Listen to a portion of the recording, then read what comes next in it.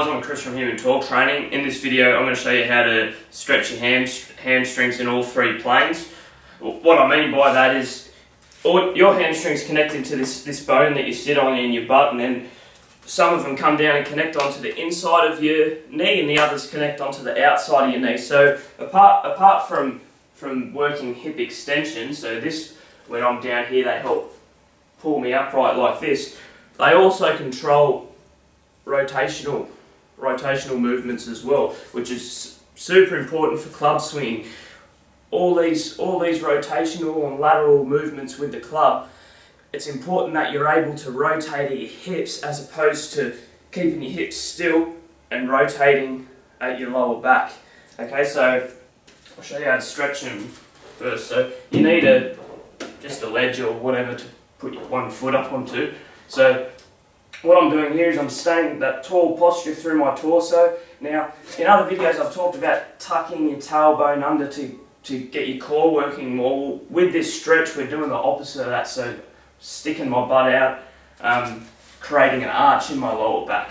Okay, and that's going to put more of a stretch on your hamstrings.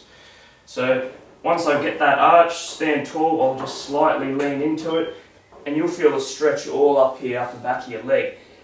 Then what you're going to do is, my toes now, I'm going to rotate them from side to side. So I'll rotate them inwards and then rotate them outwards. Inwards and then outwards. So I'm keeping my heel in the same spot and just rocking my toes from side to side. And you want to do both sides. And really important thing, you want to look. If say one leg you can rotate your foot 45 degrees inwards, and then the other leg you can only rotate it in 10 degrees, that's a problem. And like, hamstrings aren't the only muscle that will affect rotation at your hips. There's a lot of other muscles, but these are a key one. You really need to work on that to get symmetry. So as I said, if you're lacking this rotation at your hips, your lower back's going to take a beating, your knees are going to take a beating, so it's important to get that balance. Okay, another common thing that people often do is, when doing that stretch, they'll kind of, my hips are 100% square with my leg. A lot of people, if they're tight, they'll want to put it out to the side like this to rotate, which is good as well. So you can work out to the side like this, but you want to really get them straight forward with your hips straight. Now, once you've done that, I'll show you how to stretch them in a more functional way that's going to teach your body how to rotate at your hips as opposed to rotating at your lower back. So what you're going to be doing is, like you're doing a Roman deadlift, you're going to basically be sitting your hips back. Notice my tibia is staying vertical. Okay, so my knees aren't coming forward. So I'm sitting back, really sticking my butt out, maintaining that arch in my lower back, and you'll feel the stretch all up the back of your legs. And then once you're in this position, you're just going to rock your hips from side to side.